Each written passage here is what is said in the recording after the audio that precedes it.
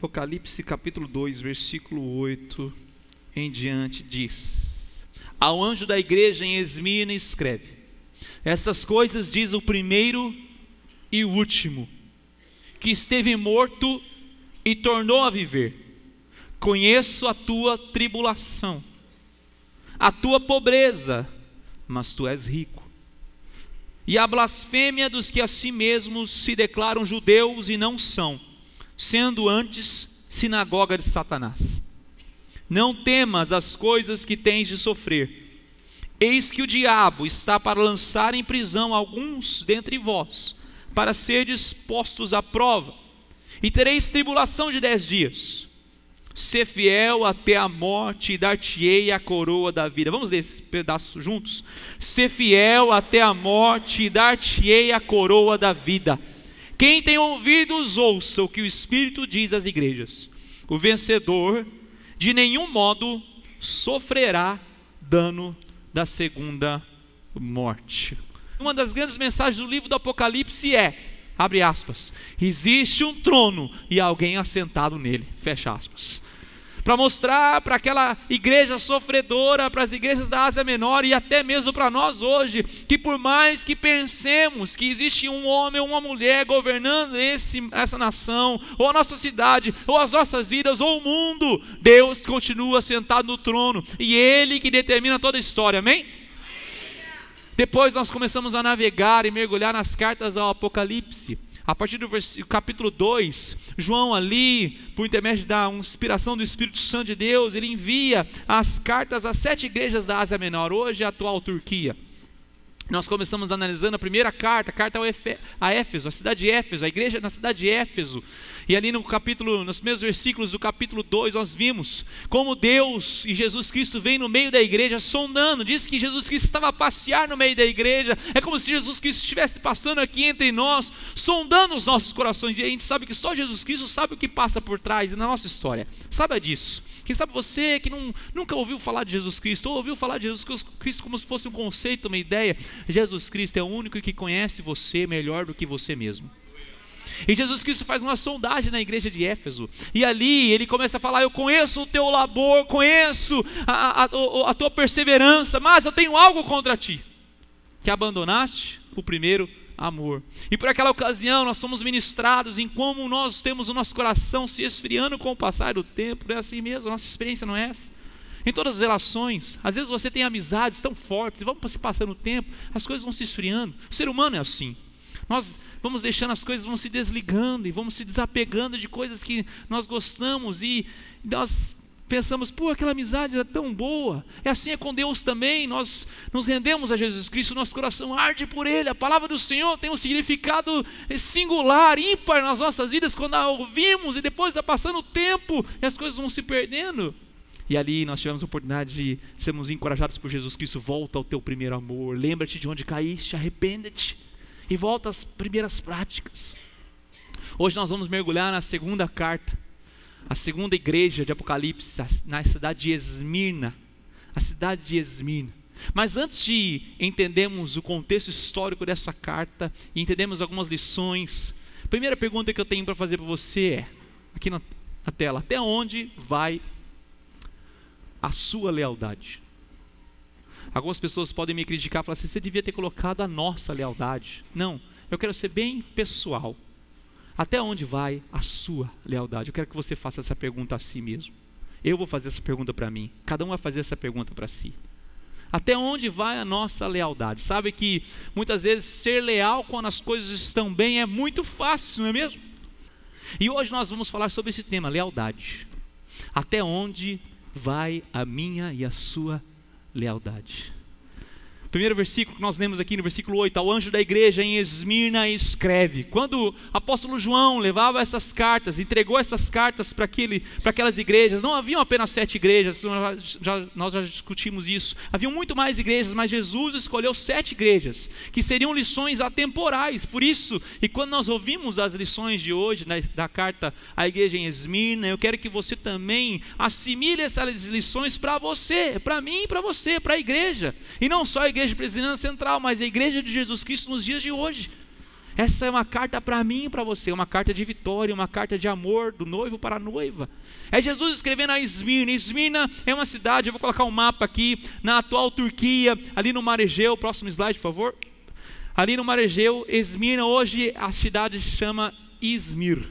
É uma cidade à beira do mar, de lindas paisagens, uma exuberância de natureza, apesar de ser um país ainda em desenvolvimento, mas uma cidade maravilhosa. E é essa cidade para a qual a carta é encaminhada. E não só essa carta, porque acredita-se os historiadores que todas as 7 cartas passeavam por todas as cidades. Ou seja, aquela igreja não somente lia a sua carta, como lia as mensagens das outras igrejas. É por isso que eu e você podemos ver as 7 cartas e ter lições para as nossas vidas que venham das 7 cartas. E hoje nós vamos a Esmirna. Esmirna quer dizer mirra. E os grandes historiadores aqui da Bíblia, que eu sei que temos vários, sabem onde essa palavra aparece novamente. Quando os magos, vindo do Oriente, visitam Jesus, eles entregam ouro, incenso e mirra. E Esmirna era conhecida pela mirra, pela produção da mirra. Esmirna não era só conhecida por isso. Esmirna era conhecida também por ser a cidade mais fiel ao imperador romano e à adoração a Roma. Era a mais fiel de todas. Ela disputava com Éfeso esse significado, essa importância. E é por isso que essa carta vem com um tom totalmente especial. É uma das 7 cartas, faz parte de 2 cartas apenas. Uma é de Esmirna, que Jesus Cristo não traz nenhuma observação negativa.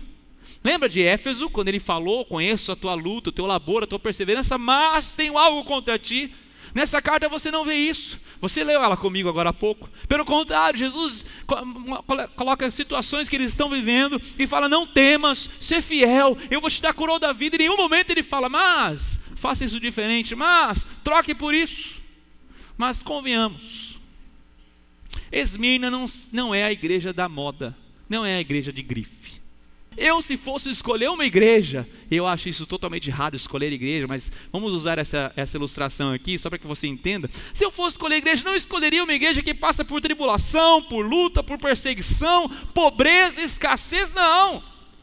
Eu quero uma igreja que tem estacionamento próprio. Eu quero uma igreja que eu entre e tenha cadeiras confortáveis. Eu quero uma igreja com um ministério de louvor fenomenal. Eu quero uma igreja com liberdade. Eu quero uma igreja com ar-condicionado. Eu quero essa. Esmirna não era a crista da onda. Sabe por quê? Porque nós valorizamos o que vemos. Deus olha o nosso interior. Por isso que eu comecei dizendo que Deus é o único capaz de nos compreender mais do que nós mesmos. E Jesus destaca essa igreja, mesmo na sua tribulação, na sua pobreza, na perseguição que eles tinham, e dá uma palavra de encorajamento para esses irmãos e irmãs. E ele fala: ao anjo da igreja em Esmirna escreve: estas coisas diz quem? O primeiro e o último, o alfa e o ômega, aquele que esteve morto e tornou a viver. Olha só, Jesus fala a linguagem desse povo. Ele fala: ó, quem está escrevendo para você não é qualquer um. E ele fala da experiência que Esmirna experimentou. Se você entender a história, você estudar a história dessa cidade, ela foi fundada mais ou menos 1000 anos antes de Cristo. Ela foi fundada, mas depois ela foi invadida e foi totalmente destruída. Não sobrou pedra sobre pedra, mais ou menos no ano 600 anos de Cristo. Foi totalmente destruída, ou seja, mataram a cidade. E depois de 2 ou 3 séculos, os historiadores não tem uma data definida, mas ela foi reconstruída e foi reabitada. Ou seja, Jesus Cristo está falando: eu passei pela experiência de vocês, Esmirna, eu passei pela morte, mas eu estou vivo, eu posso falar a sua língua. Jesus está ali mostrando quem endereça essa carta. Não é qualquer carta que eu e você recebemos, é do próprio Senhor Jesus, aquele que esteve morto e tornou a viver. Então ele traz uma mensagem específica para a igreja. Olha só, ele fala: eu conheço a tua tribulação. E se você for ver a palavra grega aqui usada, ela quer dizer pressão, esmagamento, esgotamento. É como se o inimigo, o diabo, através dos homens e mulheres daquela época, através principalmente do Império Romano, estivesse esmagando a igreja. Eu sei a pressão que vocês estão vivendo, eu sei que eles estão te espremendo, porque ali os imperadores romanos requeriam das pessoas, os habitantes das cidades, a adoração ao seu nome, a Roma. Inclusive eles tinham vários deuses e eles tinham que sacrificar para esses deuses. Mas nós sabemos que existe só um Deus e nós adoramos somente a um Deus. E os nossos irmãos na cidade de Esmirna adoravam apenas a Jesus Cristo, ao Deus triuno, Deus Pai, Deus Filho e Deus Espírito Santo de Deus. Eles não faziam ofertas aos imperadores, aos romanos, aos deuses romanos de forma nenhuma. É por isso que Jesus fala: eu conheço a tua tribulação, eu sei o que você está passando. Ele fala: eu conheço a tua pobreza. Ele fala: eu conheço a situação que você está vivendo. Sabe que qualquer outra religião, eu não me canso de falar disso, porque nós temos que destacar isso, a diferença entre o que nós acreditamos e o que o mundo acredita. Qualquer outra religião é uma entidade, uma divindade da qual eu preciso me esforçar para me relacionar com ela, e eu preciso merecer que ela me olhe e derrame das bênçãos que ele promete que vai derramar sobre a minha vida. Então é pelo meu mérito, pelo meu fazer ou desfazer. Jesus não, Deus não fez assim. Deus mandou o seu Filho Jesus e Ele resgatou os nossos corações. Ele veio atrás de mim e de você. Você já teve a experiência de você falar com uma criança? Todo mundo aqui já teve. Você pode falar com a criança de cima para baixo, ou você pode fazer o quê? Pega na mãozinha dela, olhar nos olhos daquela criança. Não é diferente? Você se identifica com ela. É uma ilustração não perfeita, mas para que você e eu possamos entender o que Jesus Cristo fez. Jesus Cristo se fez carne para olhar nos olhos dos olhos.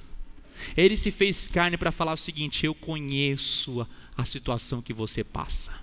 Jesus Cristo não é apenas uma ideia, um conceito distante. Jesus é uma vida próxima. Ele se fez presente, ele se inscreveu na nossa história. É como se ele se ajoelhasse para nos olhar olho para o olho. Eu estou na sua altura. Diz o texto que ele se humilhou a si mesmo para estar entre nós. Então ele fala: eu conheço a tua tribulação, eu também conheço a tua pobreza. E aqui havia algumas razões para essa igreja ser reconhecida como pobre. Primeiro, que o evangelho alcança todos os marginalizados. E o evangelho é para toda a sociedade. E os pobres eram alcançados naquela sociedade. Era a única religião, única ação do qual até mesmo os marginalizados eram alcançados. Qualquer outra religião, os marginalizados, os pobres, os órfãos, as viúvas não tinham vez. Mas o cristianismo alcança todas as pessoas. Então, via de regra, a igreja de Esmirna era composta por pessoas pobres mesmo, financeiramente falando. Mas ele fala o seguinte: mas tu és rico. Sabe que muitas vezes nós podemos ter muito dinheiro no bolso, mas uma pobreza de espírito tal que não vale nada o que temos. E muitas pessoas, tudo o que elas têm é o dinheiro. Pobres e coitadas são. Jesus fala: eu conheço a tua pobreza, mas tu és rico. É como se fosse: eu sei da tua pobreza material, eu sei da escassez que você passa, mas você é rico. Jesus Cristo está falando que você é rico. Por que eu vou duvidar disso? Há um tesouro muito maior do que os nossos olhos podem ver. Há algo muito mais valioso do que a poupança, nosso banco, a nossa carteira pode conter, que é um tesouro espiritual, que é em Cristo Jesus. E Ele está falando: vocês são ricos, vocês não imaginam a riqueza que vocês possuem, porque vocês possuem o que há de mais precioso nesse mundo, que é a própria pessoa de Jesus Cristo. Então não importa o quanto você tenha no seu bolso, quando eu falo bolso, nas suas posses, se você não tem Jesus, você é o mais pobre entre nós. Quem sabe você veio aqui nessa noite, está nos ouvindo pela internet, e você foi convidado por alguém, você está ouvindo essas palavras. Sabe que pregar esse texto não é fácil. Eu preferia pular para um texto mais encorajador. Seremos vitoriosos em tudo, vamos ser ricos, triunfantes, aleluia, V de vitória, amém, vamos para casa felizes. Não. É um texto difícil, mas ele está na Bíblia, é inspirado por Deus. Ele quer comunicar conosco nessa noite. Ele continua: e a blasfêmia do que a si mesmos se declaram judeus e não são, sendo antes sinagoga de Satanás. Havia ali homens que eram judeus, que se autodenominavam messiânicos, ou seja, eram judeus que se convertiram ao cristianismo, confessavam Jesus como Senhor e Salvador, mas só da boca para fora, porque eles veneravam a Roma, sucumbiram à pressão da sociedade daquela época, não foram leais a Jesus Cristo e começaram a oferecer adoração a César por conta do risco de vida que eles passavam, e eles começavam a denunciar irmãos e irmãs na fé. Esses irmãos e irmãs na fé nessa época eram levados às arenas, onde haviam jogos olímpicos, mas também havia sacrifício de cristãos. Desde Nero, os imperadores todos se levantaram, uma sequência de 10 imperadores em sequência, que perseguiam os cristãos, a ponto de darem eles a comida a leões, ou então queimarem eles em praça pública, ou passarem a fio de espada. Essa era a condenação para aqueles que não adoravam o imperador, não declaravam o imperador como Senhor, como Quírios, Senhor da vida deles. Então, naquela época, como quando uma pessoa vinha à frente da igreja e falava: eu quero confessar a Jesus Cristo como Senhor e Salvador da minha vida, não vai ser como acontecerá no domingo que vem, pela manhã aqui na nossa igreja, que vai ser uma festa, tudo liberdade, glória a Deus, vamos tirar foto, colocar nas redes sociais, divulgar isso, e você tem que fazer isso mesmo, porque nós temos essa liberdade para fazer. Mas nessa época era se comprometer em vida. Quando alguém falava: eu quero confessar Jesus como meu Quírios, meu Senhor, quem sabe aquelas autoridades da igreja falavam: você tem certeza do que você está fazendo? Porque ao confessar Jesus como seu Senhor, como seu Quírios, você está negando César como Senhor, e você pode ser morto por isso. Para a igreja de Esmirna, seguir a Cristo, a lealdade a Cristo, era questão de vida ou de morte. Ao declarar: eu sou de Cristo, eles estavam falando assim: nem que a minha vida seja tirada, mas eu sou de Jesus Cristo, e só Ele é Senhor. Sabe que nós hoje classificamos as pessoas, nós temos várias classificações, mas eu vou trazer aqui uma classificação bem genérica, que a sociedade nos impõe. A sociedade impõe duas grandes classes: vida que deu certo e vida que deu errado. Olha só, vida que deu certo. O que a sociedade fala? Vida que deu certo. Sabe aquela pessoa bem casada, tudo certinho? Você olha para a vida que deu certo. Daí você olha para o outro lado, a pessoa que passou pela separação, pelo divórcio, a sociedade classifica: vida que deu errado. Daí você olha para as pessoas, para os filhos dessas pessoas, eles são brilhantes, passaram nas melhores universidades, têm as melhores notas, são profissionais liberais de sucesso, vida que deu certo. Agora você olha para os outros filhos, são medíocres, passaram raspando na média, sabe quando tem que fazer um exame ou outro, né? Todo mundo sabe o que é isso. Ou só os meus filhos, não. Vida que não deu certo, os filhos não são brilhantes. Você vê pessoas que têm muito dinheiro no bolso, fazem viagens internacionais pelo menos uma vez por ano, eles têm dinheiro, a família não tem problema nenhum, nenhuma escassez, vida que deu certo. Agora as pessoas, e você desculpa, eu coloquei sobrevive, tá? É que semana inteira de reunião lá no Supremo Concílio e fazendo sermão não foi fácil, meu irmão, então me perdoe, tá? É sobrevive, tá? A pessoa só sobrevive, ela não consegue fazer mais nada porque é tudo muito apertado. Você ganha o dinheiro na segunda para pagar na segunda noite já o carnê, porque não dá tempo da terça, tem que pagar no mesmo dia. Você recebe, dá graças a Deus que o salário não entrou atrasado, porque você tem que ainda ter no horário, né, pagar o boleto, e daí você dá graças a Deus, tem aplicativo que você paga à noite e fala: eu paguei no dia. Ô, glória! Falei a palavra a linguagem de muitos aqui, ó. Mas é vida que deu certo, vida que deu errado, vida que deu certo, vida que deu errado. Eu não quero acreditar nisso. Se pudesse pagar tudo isso aqui, eu pagaria. Eu acredito em pessoas que deram certo, pessoas que deram errado. Se eu e você fôssemos classificar os nossos irmãos da cidade de Esmirna, da igreja de Esmirna, com certeza colocaríamos em vida que deu errado. Pode voltar o slide. Vida que deu errado. Provavelmente eles tinham passando por tribulações, blasfêmias, eles eram traídos até mesmo pelos seus familiares, que falavam: como é que você vai servir um Deus? Você está colocando sua vida em risco, abandone isso. Era a vida que deu errado.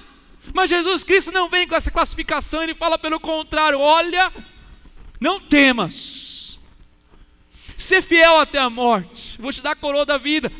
Eu conheço a tua tribulação, eu conheço o que você está passando, eu sei da sua situação, sua vida não é classificada assim, eu determino quem você é, eu determino a sua história. Sabe, se a sociedade um dia te classificou assim, meu irmão, minha irmã, vida que deu certo, vida que deu errado, você se sente culpado pelas histórias da sua vida, pelo que você, às vezes até você plantou mesmo. Você, puxa, eu fiz isso, eu experimentei isso. Não deixa a voz do inimigo falar mais alto que a voz de Deus no seu coração. Deus é o Deus da restauração, Deus é o Deus dos recomeços, das novas oportunidades, é o Deus que faz a nossa vida dar certo, e sem Ele você pode se classificar aqui. Mesmo assim, sem Jesus, a sua vida não deu certo. Sabe que o problema de Esmirna era fome. O nosso é fartura demais. O problema de Esmirna era escassez. O nosso é consumo demais. O problema de Esmirna era privação. O nosso é shopping center demais. O problema de Esmirna era perseguição. O nosso é liberdade demais. Você viu como que as estratégias do imperador romano do nosso tempo mudou? Na época de Esmirna era fio de espada, era colocar fome, era saquear os irmãos ali. Um dos motivos da pobreza era esse, que os cristãos, eu não mencionei isso antes, mas os cristãos daquela época, eles não tinham o direito nem de pedir justiça, eles eram injustiçados, eles eram saqueados no que tinham, e eles não podiam pedir justiça porque eles adoravam a Deus, e se eles fossem pedir justiça, eles eram mortos. Então eles viviam pobres, tudo que eles produziam era roubado. Era pela escassez, pela privação, não dava acesso a eles. O nosso problema é acesso demais. Você já viu como nós temos acesso a todas as coisas, em qualquer momento, em qualquer lugar? A deles era perseguição, o nosso é liberdade demais, libertinagem. O nosso imperador romano de hoje, ele usa outras estratégias. De frente da cidade de Esmirna, em que era fome, escassez, privação, perseguição, hoje é conforto demais. Nós somos muito confortáveis. Hoje está tudo muito bom. Seguir a Jesus Cristo é quase que um título a ser colocado na parede do seu escritório, da sua casa. Sou cristão. Como se fosse isso. Hoje não é mais uma questão de vida ou morte. E eu louvo a Deus por isso, porque Deus nos dá liberdade. Só que muitas vezes nós caímos da liberdade para a libertinagem. E nós aproveitamos a nossa liberdade para não tomar ação nenhuma concreta de alcançar novas pessoas para Jesus Cristo. Eu não sei você, mas os irmãos de Esmirna me fazem corar de vergonha da vida cristã que eu levo. Os irmãos de Esmirna tinham tamanha fé que não eram amedrontados pelo fio da espada, nem pelos leões, nem pelas estacas que iluminavam a cidade com seus corpos pegando fogo. Versículo 9 novamente: eu conheço a tua tribulação, a tua pobreza, blasfêmero que a si mesmo se declaram judeus, e não sendo antes sinagoga de Satanás. Já falei o que é isso. Versículo 10, ele continua dizendo: não temas as coisas que tens de sofrer. Olha que maravilhoso que Jesus fala. Não temas as coisas que tens de sofrer. Mas olha só o que tem por trás disso. Primeiro, antes da principal lição, eu quero falar que ele fala das coisas que tem de sofrer. Ou seja, parece-me, preste atenção aqui, que a vida cristã é um chamado ao sofrimento. Muitas vezes nós ouvimos que a vida cristã é um chamado ao triunfo, é um chamado à vitória. O problema é que nós não sabemos definir o que é triunfo e vitória. Nós definimos triunfo e vitória de acordo com as definições deste mundo. Então nós acreditamos que triunfo e vitória é ter dinheiro, é ter acesso, é ter coisas e alcançar coisas. Jesus está falando para essa igreja que o sucesso não é isso, que o triunfo não é isso, apesar de eles triunfarem em todas as coisas. O que é triunfo para mim e para você? O que é vitória para mim e para você? Ele fala: não temas, vocês vão ter que sofrer algumas coisas. Mas ele fala: não temas. Lembra que Jesus foi ao nosso lugar, se agachou para segurar nas nossas mãos, olhar nos nossos olhos. Ele não está falando de um conceito, ele está falando de vida. Jesus foi traído. E não foi traído só por Judas, não. Ele foi traído por todos os discípulos. Todos os discípulos o deixaram. Em certo momento, todos os discípulos escaparam, fugiram. Pedrão negou, Judas traiu com algumas moedas, todo mundo abandonou ele na hora que foi preso, todo mundo abandonou, todo mundo correu, com medo. Mas Judas foi o principal que o traiu. Jesus foi blasfemado, foi injuriado. Ele foi injustiçado quando ele vai para aquele julgamento sem ter feito nada e foi crucificado, foi morto, uma morte indigna para os principais malfeitores daquela época. Jesus foi mal compreendido, Jesus foi cuspido, Jesus enfrentou todos os problemas, Jesus passou pelo luto de amigos dele, lembra de Lázaro? Ele passou pela dor da separação. Jesus passou todas as situações, sabe para quê? Para poder ter autoridade para falar para mim e para você: não temas. Ele não é um conceito distante, ele é uma vida próxima. Sabe que a principal linguagem do consolo é aquela pessoa que passou pela fala do sofrimento. Você só fala a linguagem do consolo quando você conhece o alfabeto do sofrimento. Você que passou por alguma situação difícil, saiba que Deus vai ser glorificado quando você usar essa situação para abençoar outras pessoas que estão passando pelo mesmo problema do qual você já passou, mas enfrentou e foi vencedor em Cristo Jesus. Então, as situações que você passou no passado, use para encorajar novas pessoas hoje. Quem sabe você passou pela depressão no momento da sua vida. Tem tantas pessoas que estão precisando de uma mão amiga, falar assim: eu passei por esse vale, é o vale da sombra e da morte, mas Jesus Cristo me tirou de lá. Quem sabe você passou por uma grande crise na sua vida de existencial, você saiu desse vale, Jesus te tirou desse vale. Use isso para glorificar o nome de Jesus Cristo. Sabe que um dos homens mais famosos dessa igreja de Esmina, ele chama Policarpo. Vou colocar aqui uma ilustração deste homem. Policarpo era um homem já idoso. Na verdade, ele era um pastor dessa igreja. Ele foi discípulo do apóstolo João, que pastoreava essas igrejas da Ásia Menor. E Policarpo, ele foi reconhecido por ser um mártir por Jesus Cristo. Diz a história que Policarpo continuava a pregar o evangelho, pregar Jesus morto e ressuscitado, um Jesus vivo, o Jesus único de ser adorado, digno de adoração. E quando o procônsul daquela região mandou prender, e você sabe que nessa época a prisão antecedia a morte, todas as pessoas sabiam que ao ser presos em questão de dias, quem sabe na mesma semana seriam mortos, não sabem como, mas seriam mortos. Então quando Policarpo recebe na sua casa a visita dos soldados romanos, ele já sabia: meus dias estão próximos. E aqueles soldados, por reconhecer a idade de Policarpo, ele tinha mais ou menos entre 85 e 90 anos, ele fala: Policarpo, nós vamos dar o direito de você ter o seu último pedido. Você quer alguma alimentação especial? Você quer falar com alguém? O que você quer fazer? Seu último pedido. E Policarpo pediu 1 hora de oração. Ele passou 1 hora orando ao Senhor. Quando ele foi levado da sua casa, ele entrou na arena cheia de pessoas, pedindo a morte de Policarpo, porque Policarpo não era fiel ao imperador romano, nem a Roma, nem aos deuses romanos. Aquele procônsul deu mais uma oportunidade de Policarpo. Quão difícil é você declarar que César é Senhor, oferecer sacrifícios para ele, e você vai embora livre. E Policarpo respondeu a seguinte frase: olhe, procônsul, há 86 anos eu tenho servido ao meu Deus, que não tem feito nada de ruim para mim, por qual motivo eu o trairia nesse momento?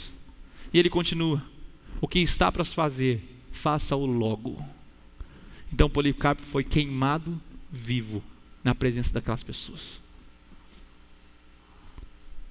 O texto continua, versículo 11: quem tem ouvidos, ouça o que o Espírito diz às igrejas. O vencedor de nenhum modo sofrerá dano da segunda morte. Sabe o que inflamou o coração de Policarpo? Não foram as chamas exteriores que queimavam por alguns minutos, foi a chama de Jesus Cristo, da esperança que ele tinha da vida eterna com Deus. Sabe, esses homens, esses irmãos de Esmina não eram pautados pelo que viam, mas eram pautados pela promessa da vida eterna com Deus. Sabe o que é a segunda morte? Abra sua Bíblia aí, está em Apocalipse. Aí para o capítulo 20. Capítulo 20, versículo 11. O que seria a segunda morte? Apocalipse capítulo 20, versículo 11 diz: vi um grande trono branco e aquele que nele se assenta, e cuja presença fugiram a terra e o céu, e não se achou lugar para eles. Vi também os mortos, os grandes, os pequenos, postos em pé diante do trono. Então se abriram livros. Ainda outro livro, o livro da vida, foi aberto, e os mortos foram julgados segundo as suas obras, conforme o que se achava escrito nos livros. Deu o mar os mortos que nele estavam, a morte e o além entregaram os mortos que neles havia, e foram julgados um por um segundo as suas obras. Então a morte e o inferno foram lançados para dentro do lago de fogo, e esta é a segunda morte, o lago de fogo. Capítulo 21, versículo 6, disse-me ainda: tudo está feito. Ou seja, está consumado. Eu sou o alfa, o ômega, o princípio e o fim. Eu a quem tem sede darei de graça da fonte da água da vida. O vencedor herdará estas coisas, e eu lhe serei Deus, e ele me será filho. Quanto porém aos covardes, aos incrédulos, abomináveis, assassinos, impuros, feiticeiros, idólatras e a todos os mentirosos, a parte que lhes cabe será no lago que arde com fogo e enxofre, a saber, a segunda morte. Essa é a segunda morte, não sou eu que estou definindo, é a própria palavra do Senhor Jesus Cristo. Define o que é a segunda morte. Policarpo e os irmãos de Esmirna passavam por toda escassez, mas eles sabiam que a segunda morte não estava preparada. Sabe que para todos nós, se Jesus Cristo não voltar antes, nós temos nossos dias determinados, nós vamos passar pela morte. Alguns mais cedo, outros mais tarde, mas vai chegar o nosso momento. E você sabe que nós não estamos preparados para a morte. Quando algum ente querido nosso morre, de repente você fala: mas foi tão de repente. E quando alguém fica no hospital meses, quem sabe anos, e morre, você fala: nossa, sofreu tanto, podia ter levado antes. A gente nunca está preparado, nunca. Porque a morte não foi feita para nós. Mas Jesus dá a certeza daqueles que confessam a Ele como Senhor e Salvador, não passarão pela segunda morte. Que discurso lindo, que testemunho de vida maravilhoso de Policarpo. Eu tive o privilégio de morar numa cidade da onde o famoso pastor batista chamado Martin Luther King Jr. desenvolveu todo o seu ministério, foi pastor de igrejas lá. E certa vez, eu conhecendo a história dele, me deparei com a seguinte frase. Ele fala assim: quem não tem uma boa razão para morrer, não encontrou uma boa razão para viver. Vou ler de novo.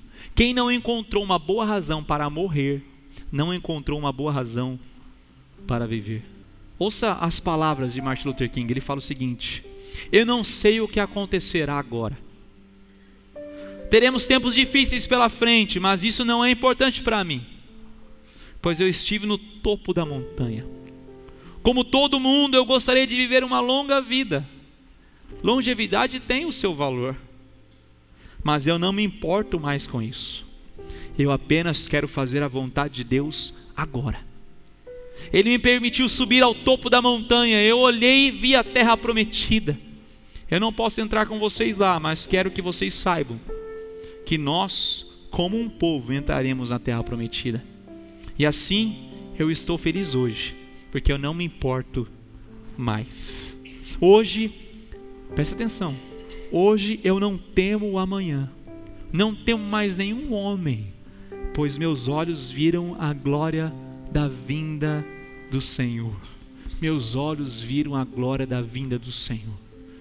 Esse discurso de Martin Luther King Jr. caberia muito bem na boca dos nossos irmãos de Esmirna. Caberia muito bem na boca deles. Certa vez o apóstolo Paulo escreveu em Atos seguintes palavras: mas em nada tenho a minha vida por preciosa, contanto que cumpra com alegria a minha carreira e o ministério que recebi do Senhor Jesus, para dar testemunho do evangelho da graça de Deus. Por nada tenho a minha vida por preciosa. Eram os homens como o apóstolo Paulo, como Pedro, como os nossos irmãos de Esmirna, como Policarpo, como Martin Luther King Jr., como tantos outros homens que estão entre nós e mulheres, que eu posso dizer essa última frase aqui, ó: pés na terra, mas o coração na eternidade. Sabe que eu e você temos os nossos pés nessa terra, mas nosso coração tem que estar na eternidade.